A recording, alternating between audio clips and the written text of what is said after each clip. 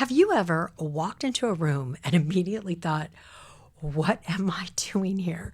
Like you're in this room and you're just waiting for that person to come up to you and tap you on the shoulder and say, oh, ma'am, you're going to need to pack it up. This isn't for you.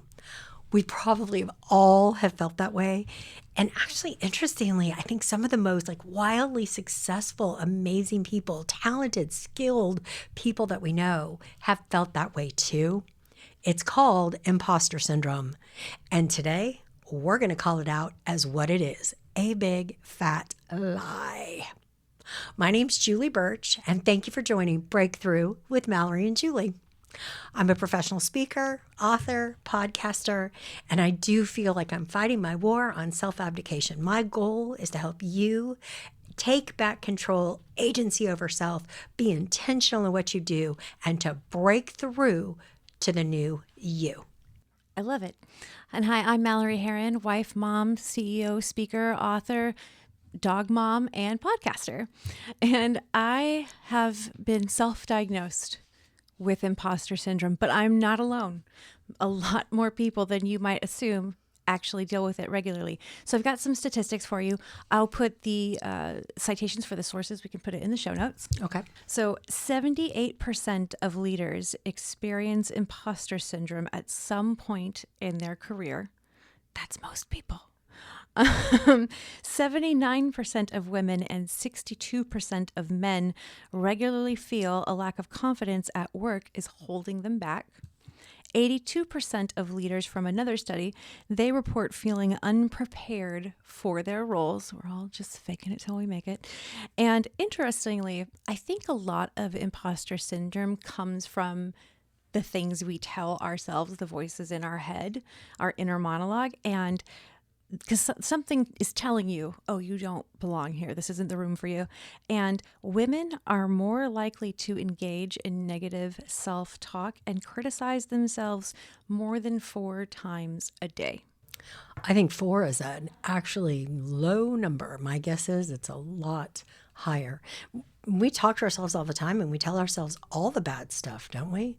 I mean, even just in the most innocuous kind of situations, you're driving and you miss your turn and oh, I'm so stupid. I'm such an idiot. I can't believe that I missed that. What's wrong with me? We tell ourselves all the time the things that we're bad at, the things that we don't do well. And unfortunately, like our subconscious can't take a joke and believes some of that stuff. And we tend to cling to the negative, and it is not effective. No, and you are going to only get more belief in your inability or that you are an imposter the more you're ruminating in that negativity. So this is I guess it's a fun story. I have always felt imposter syndrome, despite being a speaker, despite winning awards for my work that are pretty big awards. I still feel like, well, I don't have my college degree, and at any time people are going to say, what are you doing? You've pulled the wool over my eyes. And I'm not trying to manipulate anyone or paint myself in a different way. I'm very transparent. But this became really clear to me with a networking group that I had joined. So there was this very elite, exclusive networking group that I didn't know existed. They had reached out to me as someone, they wanted to fill this particular vertical for HR, and they were trying to find the right person because they're it's the best of the best, top of their career people that are in this group. And they had reached out to me. I was intrigued. I went through this 6-month-long vetting process where they determined, was I at the level to join their group? And this is CEOs of banks, of private equity firms, career titans. And they have a speaker come in every week where they meet at a country club. And the speakers are also powerhouses in their industries and politicians, all kinds of people. And when I started going to this networking group, the people were all amazing, lovely, caring, warm individuals. But I felt so out of place in that room. I just felt like I'm not on the same level. I know I'm not earning as much as everybody else here. I haven't been in business as long as some of the people here. At any moment, they're going to say, we made a mistake. you don't actually belong here.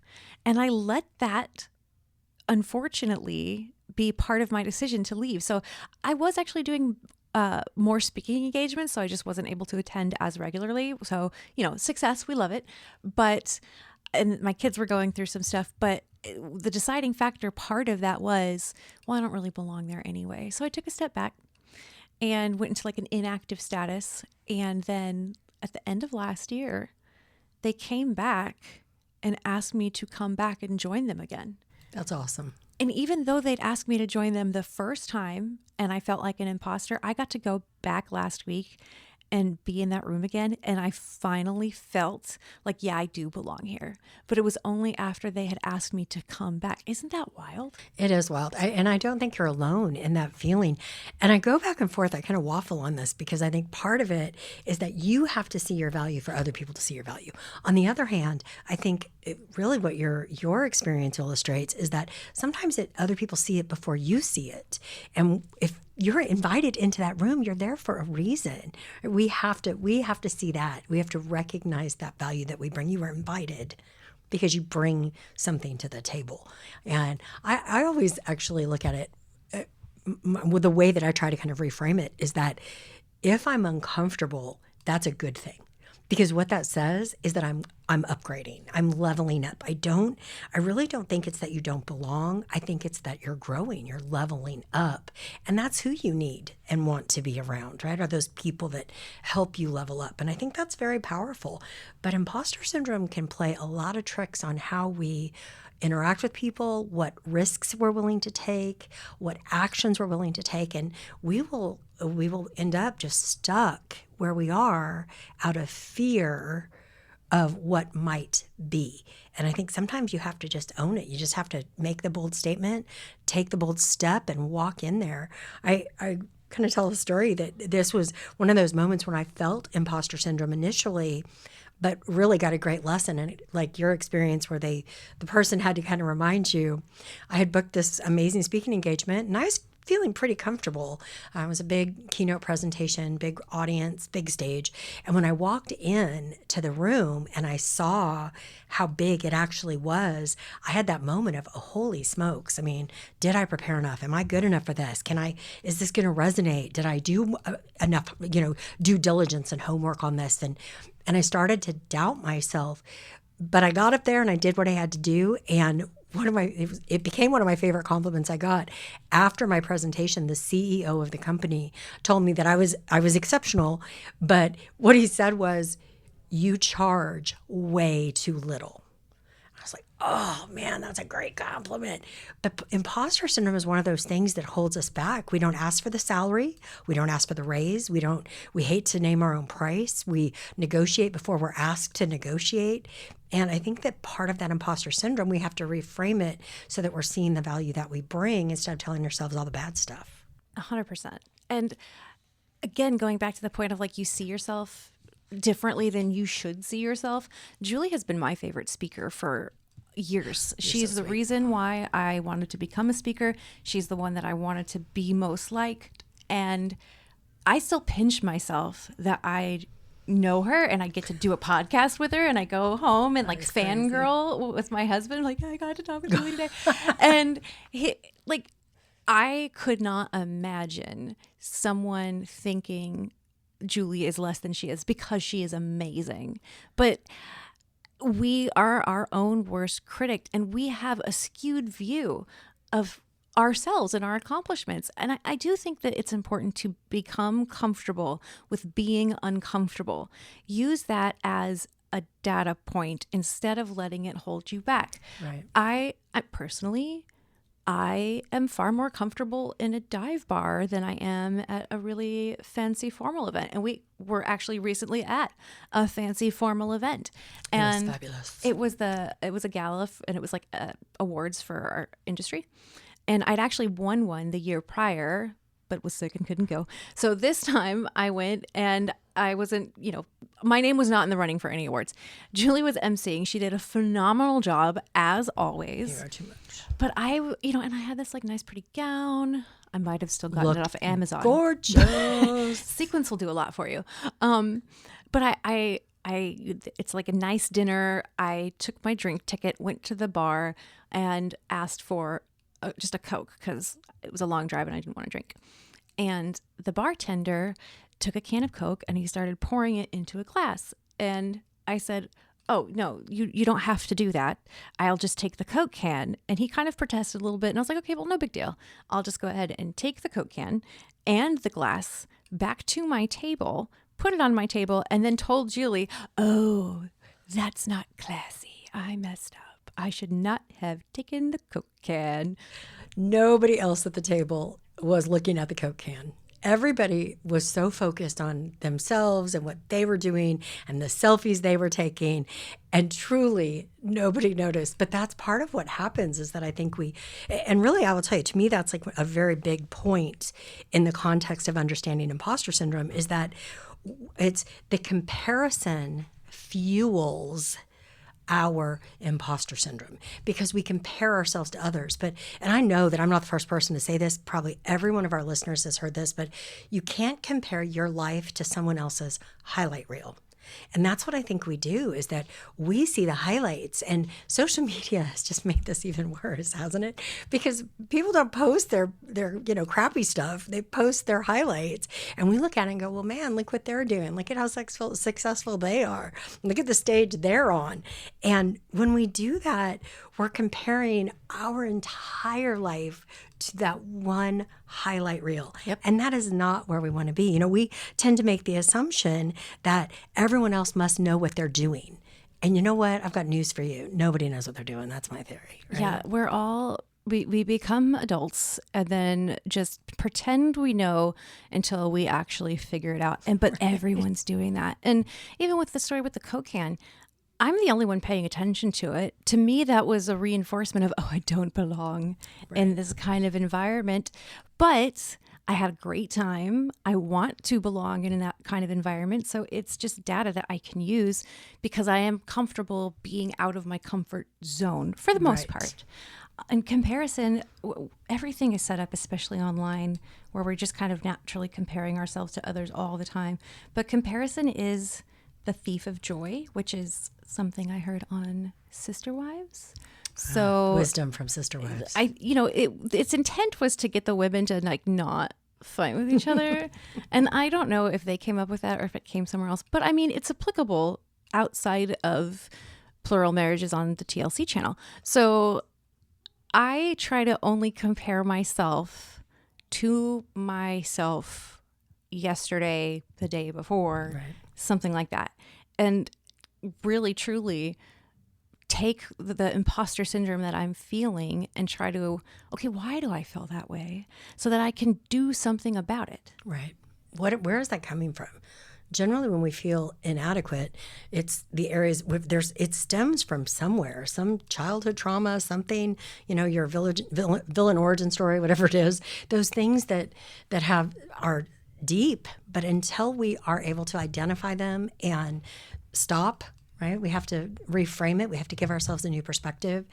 It's very difficult because those things will continue to haunt us. And genuinely, we don't know always where they came from. Unless you've done a lot of therapy, most of us have no clue where some of that trauma comes from, and it's holding us back. It's the way we talk to ourselves. It's the fights that we have when we don't even know why, right? When you get mad about something, why am I so mad about this? What is this saying about me? When did this become a problem for me in the past? Then now I feel like I have to overcompensate or I have to be scrappy. And I think there's something to be said for recognizing what those triggers are for you. Absolutely. I also think that you've got to treat the cause, not the symptom. Right. So notice when you feel the imposter syndrome, try to look for patterns. Is it certain situations, certain people, certain events? Mm-hmm. Where am I feeling this way? So that now you can start digging into, okay, but why? Right. So I use the 5 whys. You've heard of that, right? Yeah, it's great. So I believe Toyota uses it, but it's a root cause analysis and it's pretty simple to do. So you ask yourself why 5 times. That's literally it. So you say, oh, I'm feeling like I don't belong. I'm feeling imposter syndrome. Okay, why? Well, the people in this room have degrees and I don't. Why do I feel some type of way about that. Oh, I don't feel like I'm good enough because I didn't get my degree. Okay, well, why? And you just keep asking why until you get to the part where you're like, oh, that's where it all stems from. And once you can identify it, now you can challenge it. That's right. We have so much kind of baggage. I have a good friend, Monica, who calls it junk in the trunk. And that's just always resonated. It's that junk in the trunk. It's the baggage that we carry we've been carrying it for so long. Oftentimes, I don't even think we realize that it's there, but it's creating in us. It evokes action, it evokes emotion, and it makes us move in a certain direction, and why we react to things the way that we react to things. I recently went to a conference, and it was amazing. And the speaker, Rachel Hollis, if anybody's familiar with Rachel Hollis, she wrote the book Girl Wash Your Face and others. She's remarkable. And this was something that she brought up, and it's something I've actually worked with some of my audiences in the past as well. It's kind of identifying what is that negative self-talk. What are you saying to yourself? And I firmly believe that this can be an exercise that can really help us, is to just take 60 seconds, take 3 minutes, whatever it is, and just to free write. Don't worry about punctuation or grammar, just write. What are the negative things that you tell yourself? I'm not smart enough. I'm not educated enough. I am not thin enough. I'm not pretty enough. I don't have the experience. I haven't been doing it as long. Whatever those things are, those messages that you tell yourself that, just kind of repeat in your head, that's what's coming out in that imposter syndrome. Write those things down. And then I'm all about giving it a name. And we've talked about this before, that it's kind of your evil twin, but not your twin. Yeah. I'm all about it. Give him a name. What do you name yours? Nancy. Nancy. Because she's negative Nancy. Negative Nancy. I like it. I call mine Stella. She looks a little bit like my mom. Not exactly. Sorry, Mom. But a little bit, right? But if you can create that avatar for yourself, right? What they look like, what they sound like, that all that negative, it's not you, it's Nancy, right? And if you can challenge yourself when you hear that negativity, it's like, stop it, Nancy, shut up. Shut up. No, ma'am, right? This is not the time for you. And we have to shut that down. So when we can kind of separate ourselves from it, I think that can be really helpful. And I think we have to reframe it to the positive. Yeah. And if you think about it like through the lens of what have you achieved, why are you valuable, what's great about yourself, because we don't spend time really thinking about that, then it also gets easier to challenge that other critic, that voice, for me, Nancy. And if you think about if you out in the wild in real life ran into someone that was saying those things to you, right, you would slap them. Exactly. Something would be happening. Somebody would need bail money. That's all I'm saying. Like, you wouldn't listen to them. Right. Well, and imagine if they said that to your child, like to your daughter. Oh, I'd be going to my nieces, yeah, right? Even to your best friend. If somebody said that to them, you're not experienced enough, you're not smart enough, you're not thin enough, you're not pretty enough.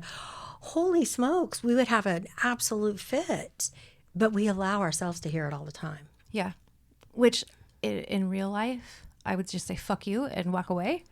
In my head, I'm not doing that, but I should. Right. And whatever you ruminate on, what you spend time thinking about, you'll get more of. So you have to flip the script. You have to stop thinking only negative things about yourself for that kind of situation, to then start reframing it in a more positive way. And over time, if you keep challenging that and you use that feeling as a starting place for growth, then you'll overcome it. Right.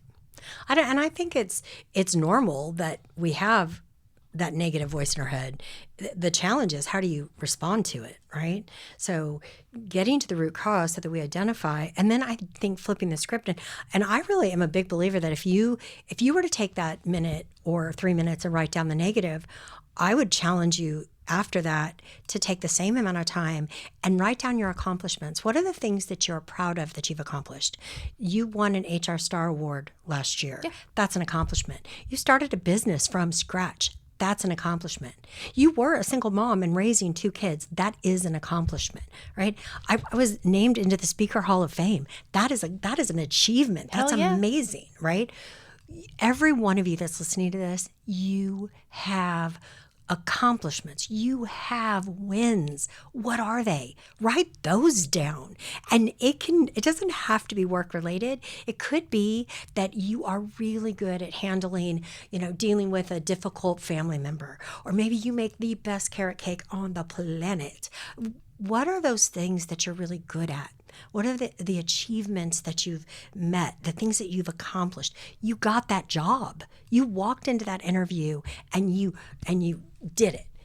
You are there for a reason. And when we start to then kind of see the successes, and I do think it's muscle memory, meaning that it doesn't have to be in the same area that you have the imposter syndrome, right? Those muscle memory, our brain remembers the success. It remembers the win. So when that negative Nancy, when that Stella, whoever your voice is, starts talking to you, say, shut the heck up. I don't want to hear that. And remind yourself of what is that thing that you've accomplished? What is that thing you've done? Whatever it is for you. And I think if you promise yourself that you're going to reframe it, you're going to look at it differently, and you're going to be willing to take risks. And that's promises made, promises kept, right? I find that it's remarkable how we will never break a promise to other people, right? If you promise your boss you're going to have that done, you'll have that done. If you promise that coworker you're going to have that taken care of, you will have that taken care of. If you promise your kid you'll be at that, you'll be at that. But we break promises to ourselves all the time. And I do think that when we do that, it impacts our confidence, and it impacts our feeling of value. We feel less valuable when we don't keep the promises that we make to ourselves. Yeah, and everybody's value system is different too.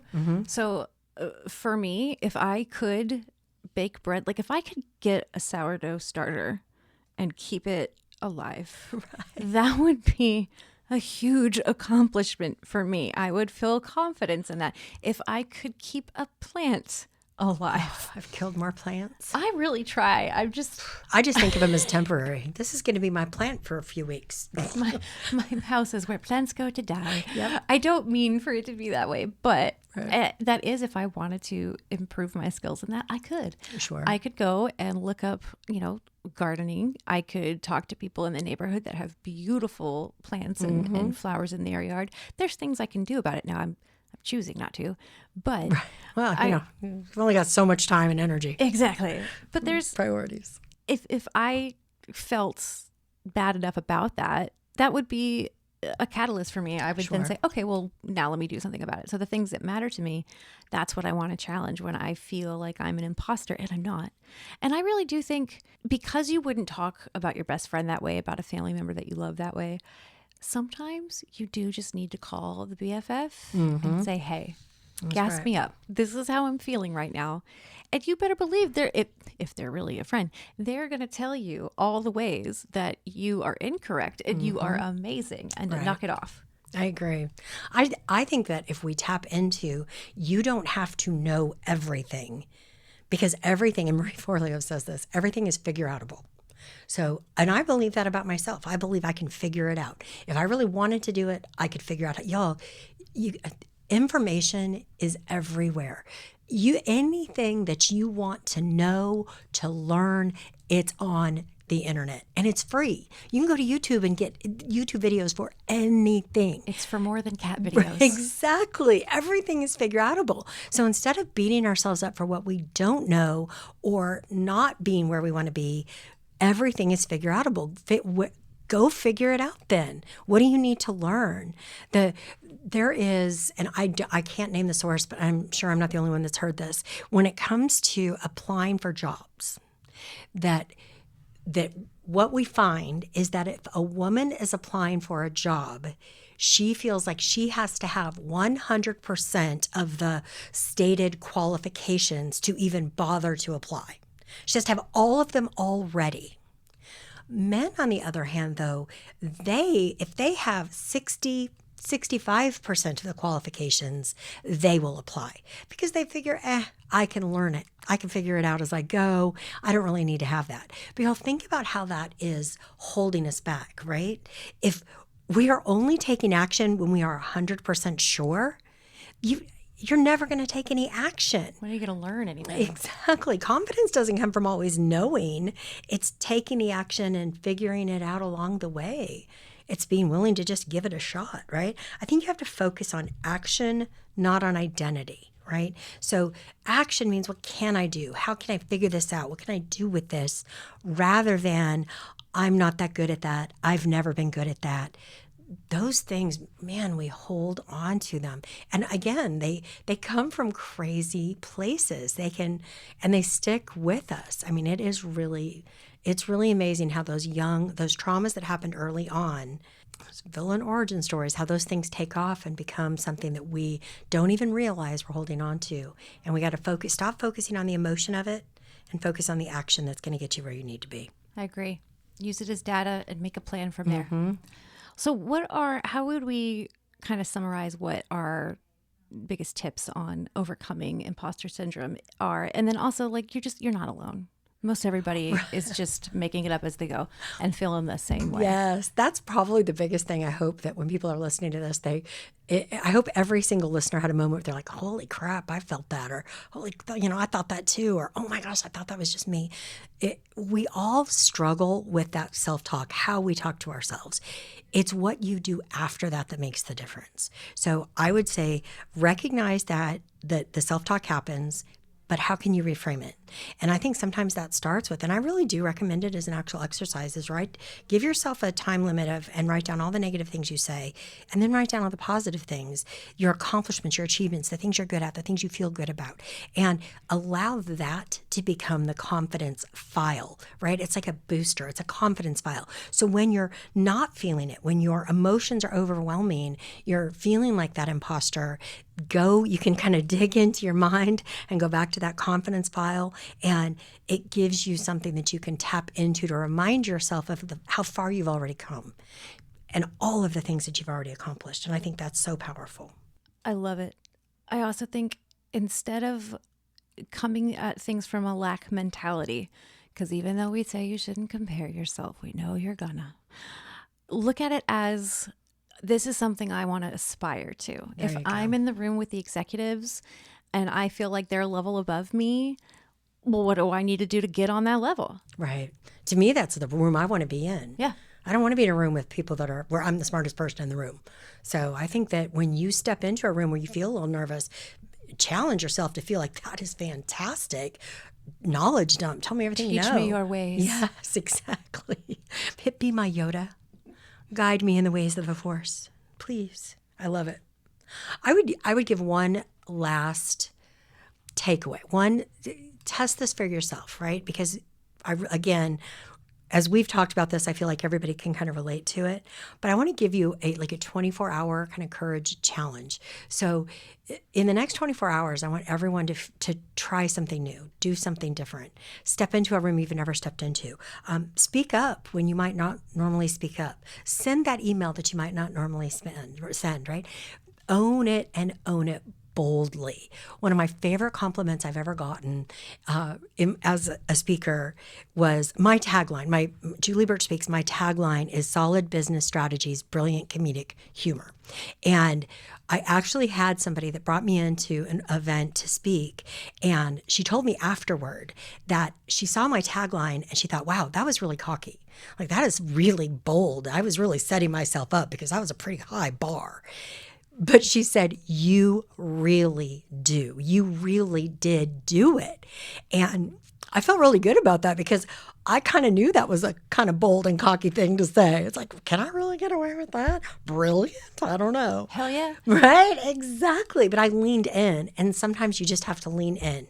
Step up, step in, and lean in. And I think there's value in that. The practice makes the habit. That's right. It gets more comfortable as you go. That's right. So hopefully everybody feels like you got a couple things on that. I'll tell you what we want to do. We are introducing a brand new segment on Breakthrough with Mallory and Julie. And we are calling it our Fan Mail 5. Fan Mail 5. Fan Mail 5. Da, da, da, da. We need jazz hands. We did jazz hands. Exactly. Little background. Dun, dun, dun. And the idea is that we can talk for 30 or 45 minutes, but we really want to engage with you. We want to be talking about things that are relevant to you and that matter to you. And that means that we need to hear from you. So we want to be able to have your questions. So our fan mail 5 is that we're going to take a few minutes at the end of every episode and we're going to answer your questions. You can email us directly. You can go to Breakthrough with Mallory and Julie, email us through there. You can go straight onto the show notes. There's a link. You can just click it, share a comment, ask a question. Any of our social, you can find us on social and ask us the questions. And our objective is that we're gonna make sure that we're engaging and answering the questions that you ask and talking about the subjects that are most important to you. So that's our objective. So we need to hear from you. So talk to us, talk to us, talk to us. We do have a question that came into us from Meg from Texas. And this is her question. So we're going to read her question and then we're just going to talk about, what our thoughts are on it. So this is her question. How do you break through when you feel trapped? Like your ambition and drive just don't count against political donations that pull the reins and your pension lurks in the background. That's a heavy question. Intense. That's big. Yeah, high stakes. It is, very much so. So what are your thoughts on that when you hear that? Man. Matt, what would you say to Meg? Well, I always try to look at it from the lens of I can't control others, but I can control myself. What about this situation is within my control? Because if you feel powerless, it's hard to make moves from that mental space. Right. When you look at, okay, well, here's what I can do, then it might not solve the entire issue, but you do have more power and control back and you will start to feel a bit better about it. That is really tough. I think that you kind of have to outweigh the pros and the cons a little bit there too, and find stuff to look forward to. I think that when you're feeling depressed or a little bit of despair, it's very heavy. So you don't want to ruminate on that. Right. You want to think about what can I look forward to? Maybe that's leaving at the end of the day on Friday. But there's a light at the end of the tunnel that you can look forward to regularly. Right. That's absolutely true. I always feel like in these really heavy situations, and I do get questions like this periodically as I speak. And in the most dramatic and the most heavy of these issues, these big situations, I always feel like, and people don't always want to hear this, so I'm kind of lovingly kicking you in your mindset here because I appreciate that this is not what people want to hear. But I do think it boils down to 3 options. You have 3 basic choices. You either stay as is, suck it up, buttercup, stay and deal with it. Or option 2, you leave, you quit. You go somewhere else, pension be damned, and you go. Or option 3 is you stay and you make smaller changes. So, and none of those are wrong. It's truly a process you have to work through. So when I think about stay and suck it up, I always look at it like this, is that, okay, so you look at it and you say, I hate this part of my job. I hate this piece of my job. I hate this person. I hate this project. I hate this situation. I hate this rule. I hate this part about my job. But I like everything else. Everything else is good. I like people I work with. I like my schedule. I like the flexibility. I like that I'm contributing to something big, that I'm making a difference in the world. If you can look at it and you can say, I really hate this, but I love all of this.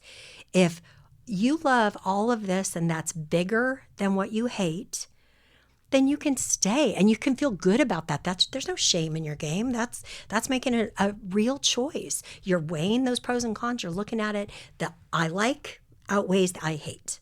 Now, the flip side of that is that if you weigh that and you say, well, I really hate this part of my job. I love this part of my job, but this part that I hate is too big. It just feels morally wrong. It feels ethically wrong. It's not in line with your values. It is giving you physical pain. It's making you physically sick or ill. It's too much. Then it's okay to choose to leave. Now, I do think that you weigh the pension. I mean, just specifically since the question, Meg specifically said that about the pension. I appreciate that. But one of the things I'd look at is, when are you going to collect on that? How long do you have to stay to get it, right? Is it a year? Is it 12 years? That makes a difference. But even if you choose to leave, that doesn't mean, and I would never tell anybody, go in tomorrow and just say, quit, I'm out of here. But start taking some actions that would move you in that direction. Because if you start looking at other opportunities, you start becoming open to other opportunities. You may discover that there's great things out there and that pension is not going to be the deal breaker anymore. Or you may discover that I've actually got it pretty good. Maybe I'll focus on the positive. So one or the other. Now, the third option, of course, is that you stay and make changes. So you choose to stay, but that doesn't mean that you just take it as is.